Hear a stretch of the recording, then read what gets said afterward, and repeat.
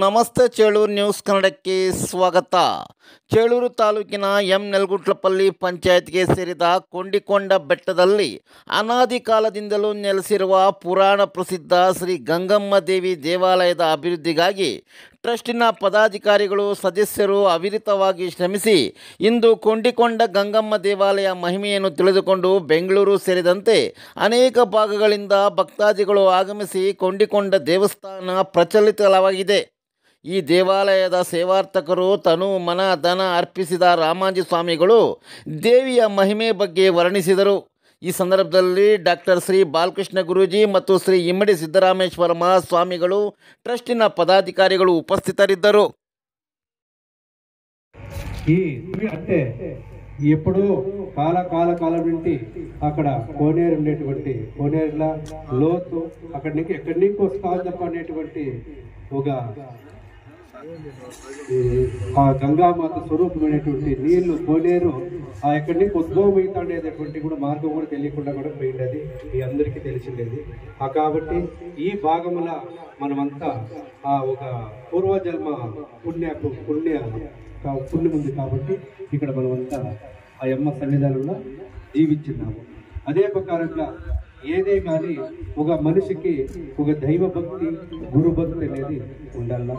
అదే ప్రకారంగా ఇక్కడ మనకి సద్గురువులైనటువంటి ఇమ్మడి సిద్ధరామేశ్వర స్వామిలు, అదే ప్రకారం డాక్టర్ బాలకృష్ణ గురూజీ వాళ్ళు ఇదివరకు చెప్తా ఉండ్రి.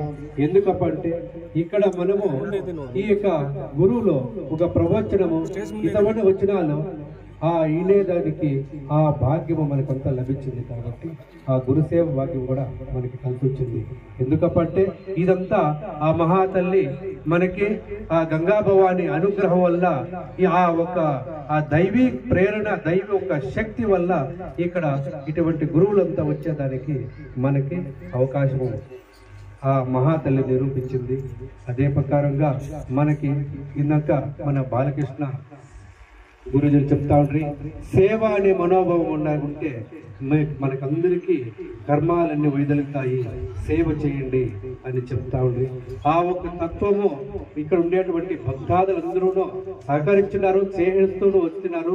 ఇదే ప్రకారంగా ఆ ఒక సేవా మనోభావం అందరిలోనే యథేచ్ఛగా పెరగాలని చెప్పి కోరుకుంటూ ఆ ఒక బాలకృష్ణ గురూజీ చెప్పినటువంటి ఆ సంకల్పం ఇక్కడ ఉండేటువంటి అందరి వాళ్ళకి ఆశీర్వాదము కలగాలని చెప్పి కోరుకుంటూ అచ్యుత కేశవ హరి నారాయణ అచ్యుత కేశవ హరి నారాయణ ఆత్మారామ ఆనందరమణ భవ భయ హరణ వందిత